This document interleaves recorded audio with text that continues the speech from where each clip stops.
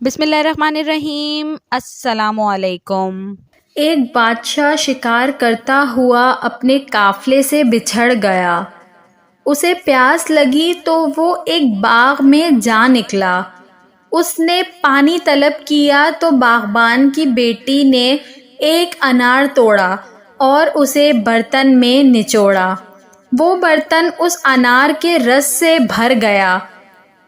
بادشاہ کو یہ دیکھ کر بہت تعجب ہوا کہ صرف ایک انار میں اتنا رس کہ اس سے پورا برتن بھر گیا۔ اس نے اگلے روز اپنے شاہی وزیر سے اس واقعے کا ذکر کیا اور کہا کہ ایسا باغ تو حکومت کی ملکیت میں ہی ہونا چاہیے۔ میرے پیاروں، اللہ کی قدرت دیکھیے کہ بادشاہ ایک دن پھر اسی باغ میں جا نکلا اور پہلے کی طرح پیاس بجھانے کے لیے پانی طلب کیا۔ باغبان کی بیٹی نے مہمان کے احترام میں پھر ایک انار توڑا اور اسے برتن میں نچوڑا، لیکن برتن خالی رہا۔ 3-4 اناروں کے رس سے وہ برتن نہ بھر سکا۔ یہ دیکھ کر بادشاہ نے کہا کہ میں ایک دفعہ پہلے یہاں آیا تھا تو اس باغ کے ایک انار سے برتن مکمل بھر گیا تھا اور اب 3-4 اناروں کے رس سے بمشکل بھرا ہے۔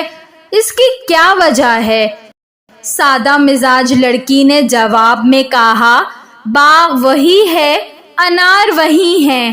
اس وقت تو پیاس سے بلبلا رہا تھا اور راستہ بھٹک چکا تھا، اللہ سے مدد مانگتے ہوئے یہاں آیا تھا، تب ایک انار میں بھی برکت تھی تو اس سے تیری پیاس بجھ گئی تھی۔ پھر تیرے دل میں اس باغ کو ہی حاصل کرنے کی خواہش نے جنم لیا۔ آج تو پھر آیا تو پیاس سے تڑپ کر نہیں آیا، اس لیے تیری سوچ اور نیت کی تبدیل ہونے کی وجہ سے ہی اب تیرے رزق میں پہلے جیسی برکت نہیں رہی۔ المختصر و مقصود، اگر نیت درست ہو تو اللہ تعالیٰ مراد کو پورا فرماتے ہیں، اور اگر نیت میں فتور آ جائے تو سارا عمل ضائع ہو جاتا ہے اور چیزوں میں سے برکت اٹھ جاتی ہے۔ یہ مت دیکھیں کہ کوئی شخص کتنا رزق کما رہا ہے، اگر اس کے تھوڑے مال میں بھی برکت ہے تو وہ ہم سے کہیں زیادہ بہتر، اعلیٰ ظرف اور امیر نظر آئے گا، اور حقیقت میں محض ہماری سوچ ہی ہم کو آگے لے کر جاتی ہے۔ ویڈیو پسند آئی ہو تو اس کو ضرور لائک کریے گا، اور ایسی مزید اچھی ویڈیوز دیکھنے کے لیے میرے چینل اردو کہانی گھر کو سبسکرائب کر لیجئے۔ Thanks for watching. اللہ حافظ۔